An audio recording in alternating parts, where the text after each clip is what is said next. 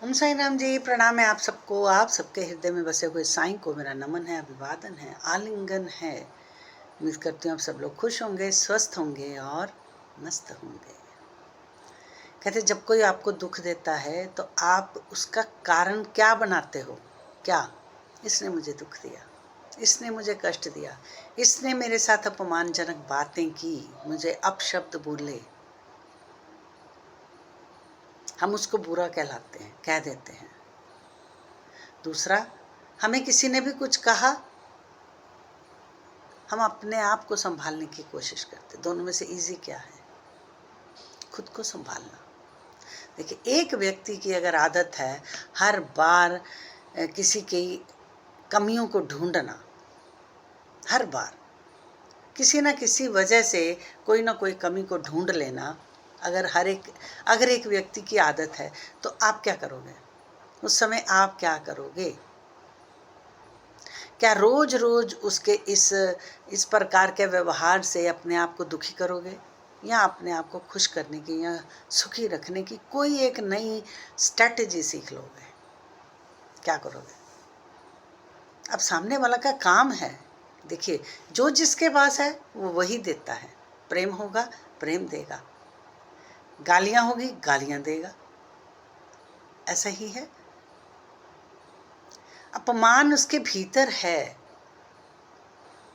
वो भीतर से ही इतना ज़्यादा फ्रस्ट्रेटेड है, इसीलिए वो आपके साथ भी अपशब्द बोल रहा है। लेकिन मन कहाँ है? मन कहाँ है? मन यहाँ। अब आपका फोल्डर क्या कहता है कि मुझे किस तरह रहना है?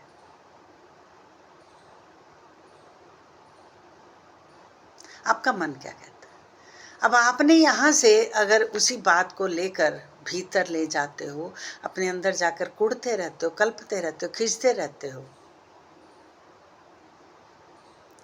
तो सामने वाला का कोई दोष नहीं है। वो तो बात करके चला गया। अब आप ही उसी बात को बार बार मन में दोहरा रहे हो, और वो और नेगेटिविटी क्रिएट कर रहा है आपके भीतर।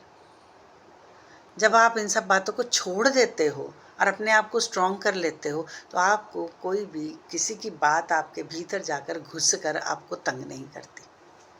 क्या ये सही है कि किसी ने हमारे भीतर जाकर हमें दुख दिया? ऐसा हो सकता है?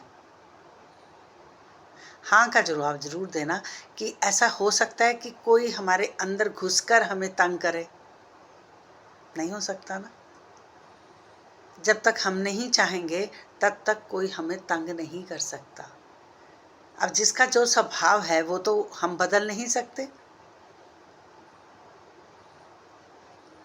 अगर हम कहें कि ये मेरा अपमान करता है, ये मेरी इज्जत नहीं करता, ये मुझसे प्रेम नहीं करता, ये मेरे साथ अपशब्द बोलता रहता है, तो आप भी उसको क्या दे रहे हो?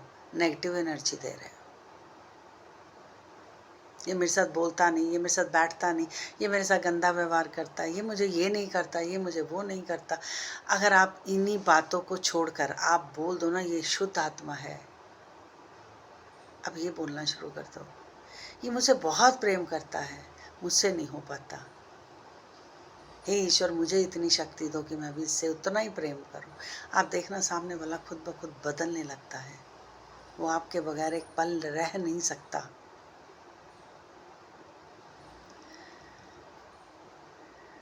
एक व्यक्ति जब अंदर से इतना दुखी होता है ना, तभी वो इतने फ्रस्ट्रेटेड वर्ड्स को यूज़ करता है। पता है आपको? हमें लगता है कि ये तो बहुत खुश है, ये इतना गंदा कैसे बोल सकता है, इसको बोलना ही नहीं आता, औरों के साथ बहुत अच्छे से बोलता है, हमारे साथ ही ऐसा क्यों करता है?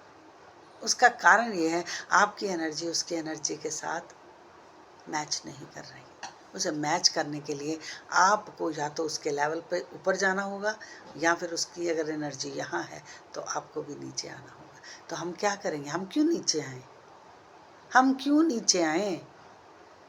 हम जब देखो, इतनी परिश्रम करने के बाद हमने अपनी एनर्जी को यहाँ लिया है और उसकी एनर्जी यहाँ है, तो हम क्या करेंगे? हम उसे भी ऊपर लेकर आएंगे, ताकि उसकी भी आत्मा शुद्ध और पवित्र बनने लगे। वो कैसे होगा? कैसे होगा? एक डॉक्टर जब एक मरीज बीमार हो जाता है तो डॉक्टर क्या करता है? उसे इंजेक्शन भी लगाता है, उसको ड्रिप भी लगा देता है, जल्दी से ठीक हो जाए। बार बार दवाई भी देता है जल्दी से ठीक हो जाए। अब वो आत्मा से बीमार है, तो आत्मा की खुराक क्या है?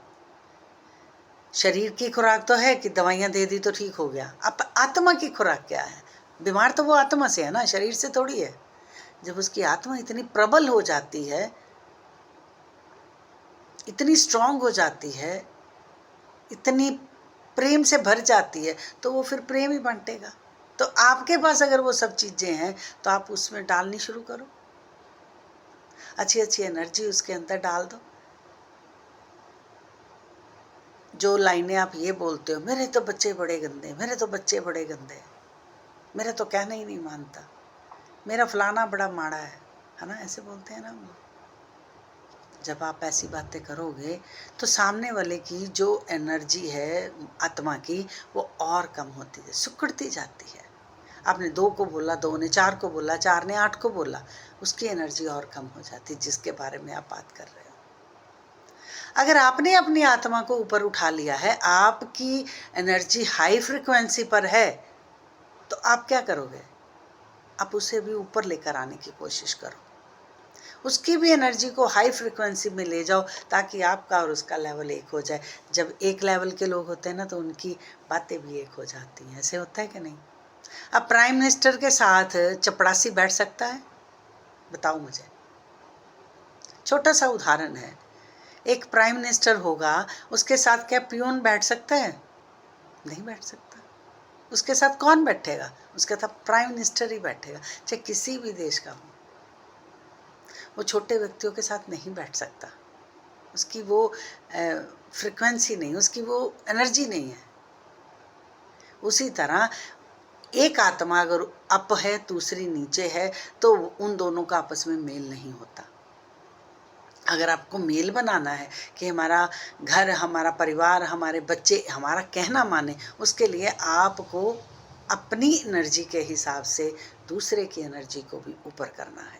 जहाँ तक आप हो, मैं ये नहीं कहती आप हो सकता है आप यहाँ तक हो, वो आपसे भी डाउन हो, आपको कुछ बातों का ज्ञान है, उसे नहीं है, तो आप उन बातों को अपने जीवन में लागू करो। लागू करने के बाद उसे भी ऊपर ले आओ। अब आपको समझ तो आ ही गई है, अब हम छोटे तो रहे नहीं हैं, कोई भी है। और जो मेरी इन वीडियो को सुनता है, वो भी अपने आप को इसी तरह बदल सकता है, जिससे कि उनके घरों को सांत्वना मिलती है, उनके घरों में प्रेम पैदा हो जाता है। आप करके देखो, आपके बगैर वो जी नहीं पाते। आप प्रेम बांटो, प्रेम मिलेगा। नहीं मिल रहा, मैं मानती हूँ, क्योंकि वो तो बीमार है। आप एक कान से निकाल के दूसरे कान में, यहाँ नहीं फिट करना। जिस दिन आपने यहाँ फिट कर लिया, फिर आपको कोई नहीं बचा सकता। पता है आपको, कोई नहीं बचा सकता आपको। आप किसी भी मंदिर में चले जाओ, किसी गुरुद्वारे में चले जाओ, किसी मस्जिद में चले जाओ, किसी संत के पास बैठ जाओ, आपको बचा कोई नहीं सकेगा। क्योंकि खुद को खुद से बचाना है, अपने आप को ही बचाना है। अपने आप स्ट्रगल करनी पड़ेगी, अपनी आत्मा में आपको झूंझना पड़ेगा, उसमें जाकर आपको निखार लाना पड़ेगा। और वही निखार आप फिर अपने परिवार में बांटते हो। आपके भीतर से वो एक सुंदर सी किरणें निकलती हैं, जो खुद ब खुद आपके परिवार में फैलती जाती हैं। आपको फिर कोशिश नहीं करनी पड़ती, कोशिश सिर्फ आपको अपने लिए करनी पड़ती है। आप अपने लिए काम करो। वो काम सिर्फ क्या है? रोज रोज एक नई थॉट को क्रिएट करना, फिर उस पर चलना। सुंदर सा एक थॉट क्रिएट करना कि आज मैं ये नहीं करूँगा, आज मैं किसी की बुराई नहीं करूँगा। छोटा सा एक ही हम लेते हैं, आज मैं किसी की बुराई नहीं करूँगा, तो उसको 1 वीक लगा दो। कुछ तो इतने इंटेलिजेंट होते हैं, आधे घंटे में ये बात सीख जाते हैं। नहीं सीखी जा रही तो 90 डेज में तो 100% सीखा जाता है, मेरे बाबा कहते हैं। उन्होंने हर चीज़ मुझे 90 डेज में सिखाई है। सीखी जाती है, ऐसा कुछ नहीं है। हम भी बहुत बुरे थे, पता। एक ने कहा, कहकर गया कैसे, हमें कैसे बोल गया, हमारा अपमान कैसे कर गया।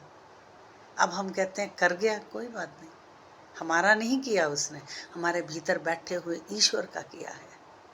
जब हम ये बोलते हैं मेरे बैठे ईश्वर का प्रणाम आपको, आपके अंदर बैठे हुए ईश्वर को है, तो सबके अंदर वही है।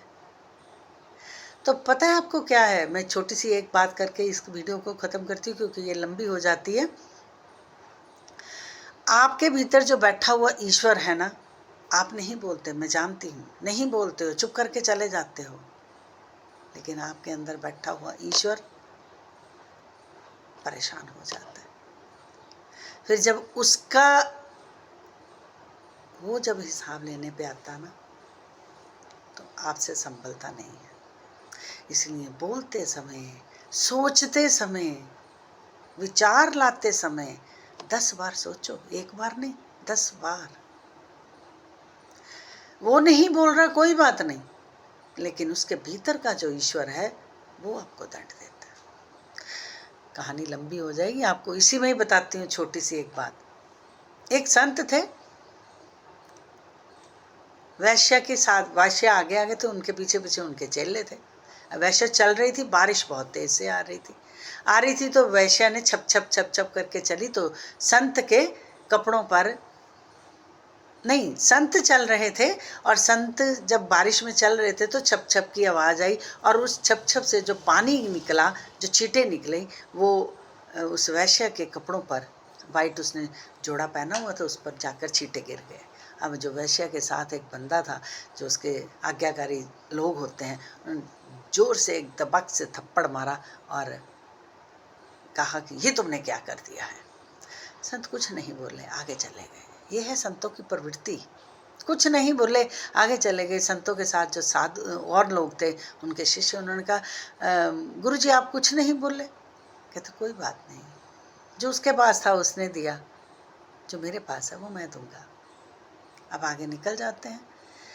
निकल रहे थे तो ठंड बहुत थी। किसी ने कहा गुरुदेव, संत जी, महात्मा जी, मेरे पास आओ, मैं चाय पिलाऊंगा। ऊपर देखते हैं, कहते हैं भगवान, कहीं तुम थप्पड़ पड़वाते हो और कभी इतना मान सम्मान दिलाते हो, ये क्या है। चाय पीने लगे लोग, दौड़ते दौड़ते लोग पीछे से आने लगे। क्या क्या किया है आपने, क्या बोला है आपने, हमारा तो वैश्य का जो मकान था वो गिर गया और जिसने आपको थप्पड़ मारा था वो मर गया,